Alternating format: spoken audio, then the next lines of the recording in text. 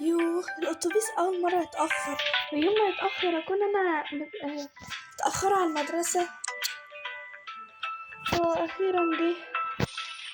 بقى المشكلة إن المس بتزعقلي كل ما أجي أتأخر، بتزعقلي وما عادش فيه غير الناس اللي بتتأخر هي اللي بتيجي في الدفعة التانية. كان نفسي أروح في الدفعة الأولانية عشان أشوف صاحبتي، بس مشكلة بقى أنا أصلا أنا اللي متأخرة عشان نمت متأخر بدري ازاي، متأخر بالليل. يلا بقى هنزل الحق أجري عشان الحصة.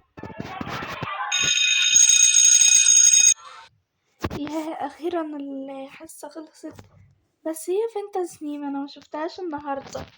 شكلهم ظبطوا الأسامي وهي راحت في فصل تاني. ترى فينك يا سلمى عشان تساعديني في المهمة؟ سلومة. تسنيم، ازيك؟ عاملة ايه؟ الحمد لله. بصي الورقة اللي معايا دي. ايه الورقة دي؟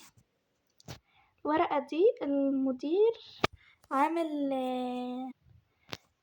رحلة للأهرامات، بس أنا بمشي على كل الفصول وأشوف مين اللي هيجي ومين اللي مش هيجي. تعالي لفي معايا. ماشي. انتي أصلا هتروحي البتاع دي؟ مش عارفة. أنا هروح. أنا تقريبا مش هروح، مش عارفة. طب استني كده دقيقة.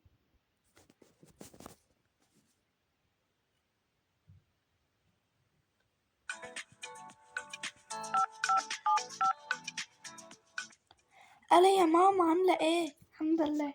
المدير عامل رحلة، ممكن أروحها؟ لا طبعا. لا ليه بس يا ماما؟ ده الرحلة دي بتبقى فيها كل صحابي كلهم رايحين ما عدا أنا.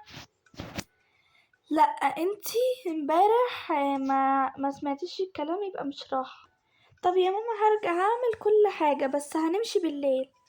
لا برضو.